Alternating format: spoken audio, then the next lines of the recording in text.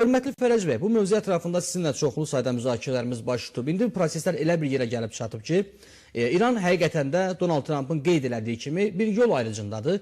Ancaq Donald Trumpın daha çox İsrailə yaxınlığı ilə seçilən Donald Trumpın atacağı addımları da proqnozlaşdırmaq sözün həqiqi mənasında mümkünsüz, müşkül bir məsələyə çevrilib. Donald Trumpın İran siyasəti sizcə necə olacaq? Əvvəla təşəkkür edirəm dəvət üçün və təbii biz sizlə mövzudan bağlı xeyli müsahibələr olub danışmışıq. Əslində, indi yeni bir şeylər baş vermir. Ola bilər ki, biraz formaca bəzi məsələlər dəyişdi, amma mahiyyətcə istəklər eynidir. Bütün dünya İranın dəyişməsini istəyir. İran çoxdan yol arasındadır. Yəni, bütün imperiyalar kimi İranın da təbii ki, taleyi bu cür davam edə bilməz, bu öz yerində. Amma onu kənardan görənlər, orada təsir imkanları axtaranlar, mənafələri olanlar da onu öz vizyonlarında bir formada görmək istəyirlər. Birisi İranı bütöv görmək istəyir hakimiyyəti dəyişsin. Birisi istəyir ki, İran parçalansın. Yəni, baxışlar müxtəlifdir. Amma hər halda məsələ budur ki, İran bu cür ciddi şəkildə həm bütün dünya təhdid eləmək səviyyəsində, həm də daxildəki xalqları əzmə səviyyəsində bir varlıq kimi qala bilməz. Bunun dəyişməsi vacibdir. Əslində, onun bu davranışı da onu dəyişmək istəyənlərə də tutarqa verir. Əgər İran bir demokratik dövlət olsaydı, təbii ki, onun üstünə də bu qədər gəlməzdilər. Bir tərəfdən daxildəki bütün millətləri əzir. Demək olar ki, bütün az saylı xalqları, o cümlədən çox saylı Azərbaycan türkləri əsarət altındadır və olmazın əziyyətini çəkirlər. Bir millətin içərisindən prezident çıxıbdır, öz dilində belə, hətta o belə danışanda onu irad tuturlar. Yəni, bu qədər sıxıntı var daxildə. Kənarda da müxtəlif yerlərdə proksi qüvvələr saxlamaqla, təhdidlərlə məşğuldur. İndi də əl atıbdır nüvə silahını son variantda artıq gətirib çıxarmaqla. Artıq orada uranın zənginləşməsi deyilənə görə 74% civarındadır və 92%-ə çatanda artıq nüvə başlığı alma imkanları yaranacaqdır. Bu da dünyanı təbii ki, narahat edib, təhdid edir. Çünki onların açıq şüarları vardır. Qonşu dövlətlərə qarşı münasibətlərində agresiya vardır. Bəzi dövlətləri, məsələn, İsrail ümumiyyətlə yer üzündən silmək haqqında danışırlar. Belə olan halda ona bir münasibət, bu cür münasibət də gözləniləndir.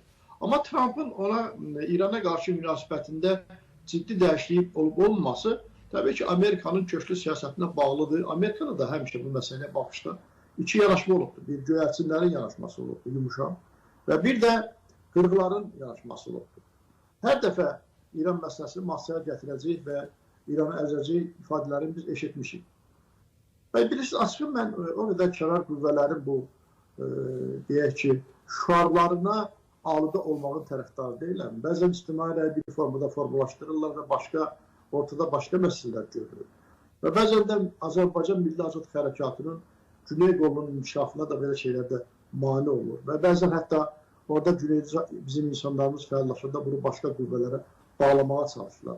Burada hər kəsin özünün mənəfəyi vardır və İranı bir beşik kimi sallayırlar, yelliyirlər. Yəni bir gün bir ifadə işləri, bayaqsı dediyiniz kimi, Trump deyək ki, bir ifadə işlədir. Onunla əvvəl bir başqa bir ifadə işlədir İranla baxışlarda. Amma görüntü nədən ibarətdir? Baxın, bəlkə mənim indi yanaşmam biraz qəribə görsənə bilər. İran, İsraildə məlum terror hadisəsindən sonra Qəzza bölgəsinə İsrail zərbələr vurdu. O dönəmdə İranın dondurulmuş vəsaitlərini, gərək ki 5 milyard dollar civarında vəsaitini geri qaytardılar. Koreya banklarındaydı. Bunu Amerika təşəbbüs elədi. Ondan sonra daha 10 milyarda qədər vəsaiti qaytarıldı. Və çox qəribədir ki, o dönəmdə provokasiya gedən proksi qüvvələr vurulanda İran onları nə qədər qızışdırıb arxanda dayanacaq desə də, arxalarında dayanmadı və hətta o vaxt Həmasın rəhbərlərindən birisi, hansı ki Tehranda öldürüldü, ifadə elədi ki, İran bizim arxamızda dayanmır, çox kəskin şəkildə ifadə işlətdi və əvəzində də Tehranda öldürüldü. Yəni, burada bir məsələnin masaya bu cür sərt qoymana baxmayın ki, yox, mütləq sənə vuracaq falan. Alt yaxda danışıqlar da gedir, müəyyən alverlər də gedir. Açığı İranda əgər rejimin dəyişilməsi mümkün olarsa, Amerika üçün, başqa dövlətlər üçün İranda demokratiyanın üstün vəziyyətdə olması o qədər maraqlı deyil. Yəni, orada İran daxilindəki xalqların taleyindən çox bu dövlətlərin maraqları önəmlidir. Öz maraqlarına uyğun olan hansı sistem olursa, o sistemi müdafiə edirlər. Yəni əgər bu Hörmətli Fərəc bəy, bax indi haqqında danışdığımız hadisələr İran-Amerika Birləşmiş Ştatları arasında baş tutan və yaxud da ehtimal edilən həmin o qarşıdurma Quzey Azərbaycandan bu proseslərə baxış necədir? Quzey Azərbaycandan və eyni zamanda sizin timsalınızdan Milli Dirçəliş Hərəkatı Partiyasının baxışı necədir bu proseslərə? Misal üçün, girişdə bir ifadə işlətdiniz ki, bir tərəf dağılmasının tərəfdarıdır, bir tərəf başqa bir quruluşun tərəfdarıdır, rejimin dəyişilmənin tərəfdarıdır. Bizim Azərbaycanın, Quzey Azərbaycanın baxışı necədir bu proseslərə? Birinci partiyamızın mövqeyini bildirim ki, biz 2005-ci ildən heç bir partiyada olmadığı kimi departament institutu qurmuşuq. Orada Güney Azərbaycan departamenti, Qərbi Azərbaycan, Türk dünyası, Dərbənd və s. departamentlər vardı və uyğun da adlarına uyğun da fəaliyyətimiz var. O cümlədən də Güney Azərbaycanla bağlı fəaliyyətlərimiz vardı. Biz məsələyə baxışımızda məhvərində türkçülük dayanan bütöv Azərbaycan yanaşmasının tərəfdarıyıq, düşüncəsinin tərəfdarıyıq. Və hesab edirik ki, Azərbaycan, Güney Azərbaycanın da özünün müqəddəratı hansı imperiyanın tərkibində yox, ayrılaraq həll olunması doğrudur. Biz belə baxırıq məsələyə. Əlbəttə, hakimiyyətin baxışları Quzey Azərbaycanın bütövlükdə xüsusi bir vizyonunun olması və elan olunması mümkün deyil. Yəni, nə qədər müxtəlif təşkilatlar varsa, o qədər də müxtəlif baxışlar ola bilər. Amma hər halda biz onu bir qəti şəkildə qəbul eləməliyik ki, Güney Azərbaycanda baş verən hər bir şeyin Quzey Azərbaycanda dəxli var. Necə ki, Quzey Azərbaycanda baş verən hər bir şeyin Güney Azərbaycanda dəxli var. Çünki bir milləti bölmək üçün onu əvvəlcə problemcə bölürlər. Onu beynində bölürlər, təkcə şuurda bölürlər, sonra bölürlər. Mexaniki şəkildə milləti bölmək olmaz. 90-cı illərdə biz bunu sübut elədik. Sərhədlər çəkmişdilər, texniki sərhədlər idi, biz olan məftilləri yandırdıq. Mən o hadisələrini taleyim elə gətirdi ki, onun ideolog və iştirakçılarından birisi olmuşam.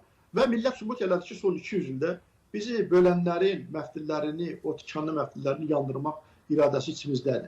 Amma ən pisi isə milləti problemcə bölməkdir. Əgər bu günləri bir sən, mən, başqa dostlarımız Təbrizin problemi Təbrizə aiddir, Ərdəbilin problemi Ərdəbilə aid deyilsə və yaxud da Təbrizli Şəklinin problemi Şəkliyə aid deyilsə, bu çox böyük bir fəlakətə səbəb ola bilər.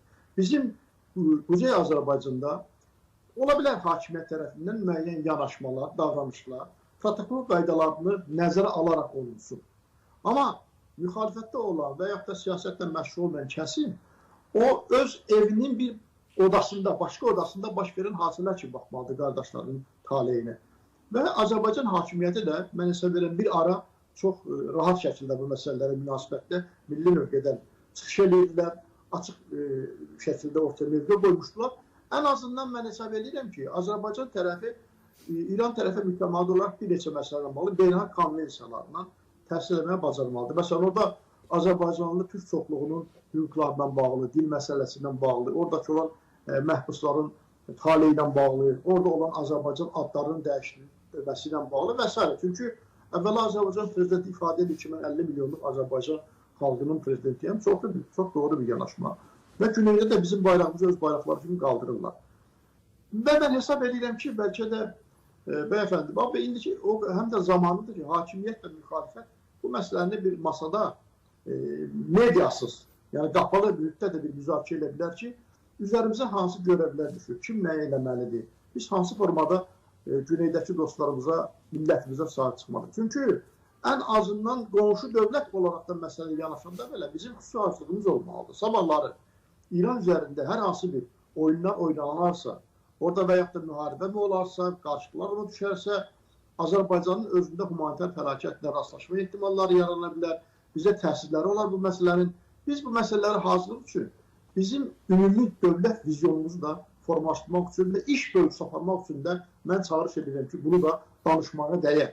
İndi siz çalışırsınız, sizin TV-yə baxıram, başqa müəyyən TV və kirlərdə də bu mövzuya baxırlar, amma mən hesab eləmirəm ki, başqa TV-lərdə də, kirlərdə də bu məsələ yetərincə baxılır. Mən bunu yetərincə olduğunu hesab eləmirəm. İndi bugün Turandan danışırıq və bu mənim də konseptual yanaşmamdır. Biz dostluq və bilirsiniz ki, mən 98-ci ildə hətta Transkontinental Avrasiya blokunu mən bir kitabımda modelləşmişim. O Azərbaycan geopolitik böyük həcmli əsər olub.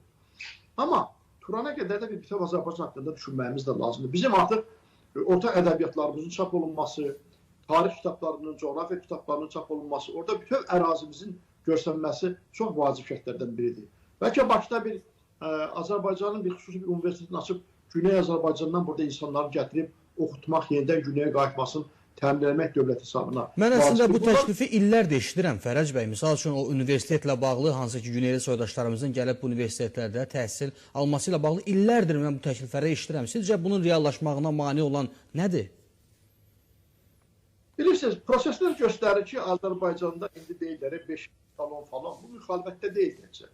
Bu 5-ci kolon hakimiyyətdə də vardı və İran sevdalı, Rusiya sevdalı xeyli adamlar vardı. İndi bu yaxınlarda Rusiya Mədəniyyət Mərkəzi bağlandı. Sonra məlum oldu ki, əvvəllər o kimlər kimlə əməkdaşlıq edibdi. İrana münasibətdə də məsələlər ortadadır. Onların da şəbəkə yaradanda kimlər harda olması məsələsi. İndi əlbəttə bunlar araşdırmalı məsələlərdir.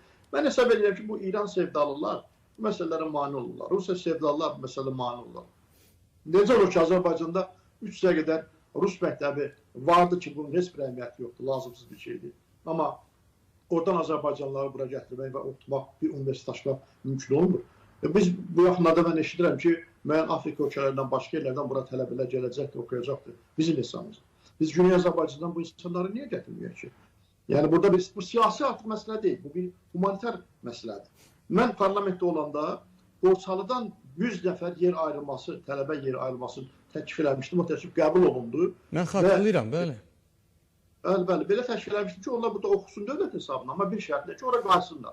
Şükürlər olsun ki, 2-3 ildə artıq o məzunlar ora qayıdırlar. Orada məktəbdə müəllimlərin sayı azalmışdı, tələbələr azalırdı, kadrlarımız geçsin.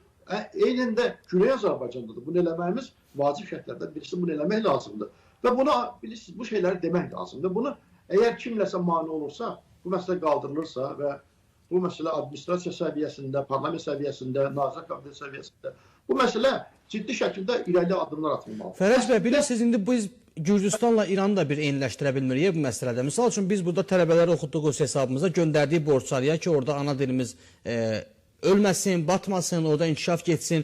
Ancaq biz təsəvvür eləyə ki, misal üçün burada gəlib Güneyli soydaşımız təhsil alır, 4 il bakalavr və yaxud daha sonra magistr təhsil alır, yenidən qayıdır İrana, Təbrizə, Ərdəbilə, Güney Azərbaycan ərazisinə gedir. O zaman sizcə İran rejimi buna necə yanaşar? Onlara imkan verərmi ki, onlar sərbəst hərəkət eləsin, işləsin? Hər şey rahat olmayacaqdır. Təbii biz bir imperiyada sıxılmaqda olan xalqımız haqqında danışırıq. Amma hər halda mən gördüm ki, orada musiqimizə çox ciddi məsələ önəm verirlər. Gəlib burada musiqi oxuyur. Gedib musiqimizi orada biraz elmi, akademik səviyyədə təbliğ eləmək üçün. Və yaxud da mən burada həkim Güneydən gələnlərlə tanış olmuşdum, həkimlik gəlmişdi oxumağa. Gedir orada millətdə xidmət edəcək də bu adamlar. Yəni əlimizdən gələn qədər mən o ortaya qoyulan fikirlərin hamısının mütləq şəkildə həyata keçəcəyinin mümkün olacağını demirəm, düşünmürəm. Yəni əks tərəf vardı və onlar da buna mane olurlar. Mən bayaq söhbətimin müqəddiməsində bir şey dedim. Azərbaycanlı əslində İran prezidenti 2 kəlmə Azərbaycanca şeir deyir, türkcə. Ona gəlib irad bildirdi. Təbii sıxıntı var. Amma biz də əlimizdən gələn qədər təbii ki, bu işləri eləməliyik və biz bir neçə variantı, A variantı, B variantı hazır olmalıyıq. Söhbət ondan gedir. Yəni, indiki dönəmdə ki, müharibə mi gözlənilir, qarşılıqlı mı olacaq orada, yoxsa orada Milli Azadlıq Hərəkatı vüsət mi alacaqdır? Müxtəlif çağrışlar var. İranın vəziyyəti o qədər yaxşı deyil. Biz o sərt addımlar olarsa biz nə edəcəyik? Və yaxud da bu cür məsələ davam edirsə biz nələr eləməliyik baxımından bir neçə paket hazırlamalıyıq. İndi dünənə qədər deyək ki, Türkiyə İrana qarşı biraz yumuşaq mövqedəydi, amma artıq Türkiyə də sərt şəkildə sözünü bildirdi. Bu mövzu çox mühüm məsələdir. Yəni, Amerikanın, İsrailin İrana bir söz deməsi bir mənası vardı. Amma Türkiyənin artıq söz deməsi tamam başqa bir.